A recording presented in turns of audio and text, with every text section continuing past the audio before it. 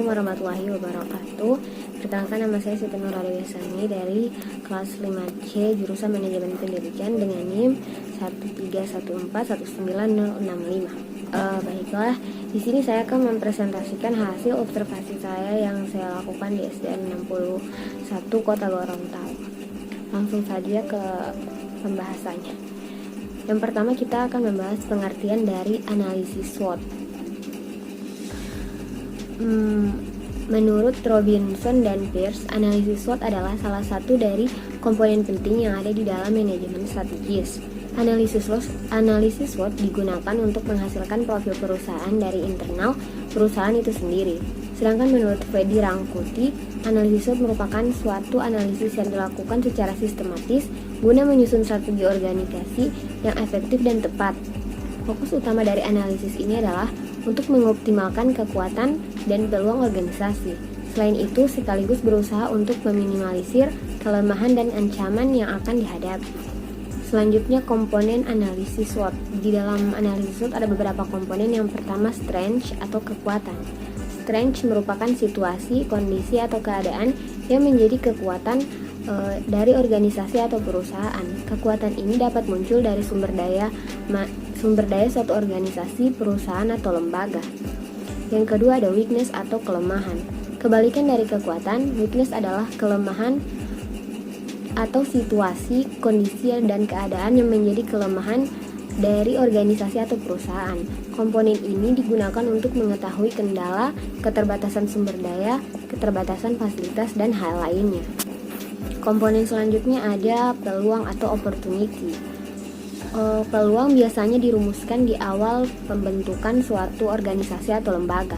Komponen ini memuat peluang-peluang yang dimiliki suatu lembaga atau organisasi tersebut. Peluangnya untuk meraih tujuan yang akan dicapai oleh suatu organisasi tersebut. Dan yang keempat ada ancaman atau threats. Ancaman menjadi salah satu komponen terpenting selanjutnya dalam analisis SWOT. Komposisi ini dapat menemukan bertahan atau tidaknya suatu perusahaan, lembaga, atau organisasi. Selanjutnya ada manfaat analisis SWOT. Yang pertama, untuk mengetahui memahami kekuatan dari perusahaan atau organisasi serta membuat strategi peningkatan. Yang kedua, mengetahui dan memahami peluang yang dimiliki perusahaan, organisasi, atau lembaga. Dan yang ketiga, mengetahui dan memahami kelemahan rencana untuk meminimalisir kelemahan. Selanjutnya analisis SWOT yang ada di SDN 61 Kota Gorontalo yang dilihat dari kekuatan atau strength. Yang pertama adalah posisi sekolah yang strategis. Yang kedua, kepemimpinan sekolah yang demokratif, partisipatif, dan transparan. Yang ketiga, kerjasama yang harmonis antara sekolah, komite sekolah, dan orang tua siswa. Yang keempat, jumlah siswa yang seimbang dan memiliki potensi yang memadai. Selanjutnya, monitoring dan evaluasi sekolah yang semakin baik. Dan yang terakhir, diskusi dan sharing antara elemen sekolah dilakukan secara terus-menerus. Selanjutnya dilihat dari kelemahan atau weakness.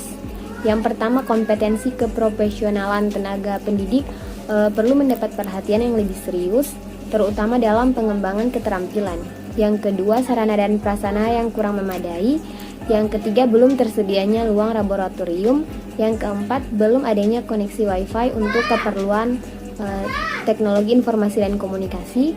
Yang kelima, tempat parkir kendaraan guru yang relatif belum memadai. Dan yang terakhir, ruang olahraga yang masih terlalu kecil. Selanjutnya, peluang atau opportunity.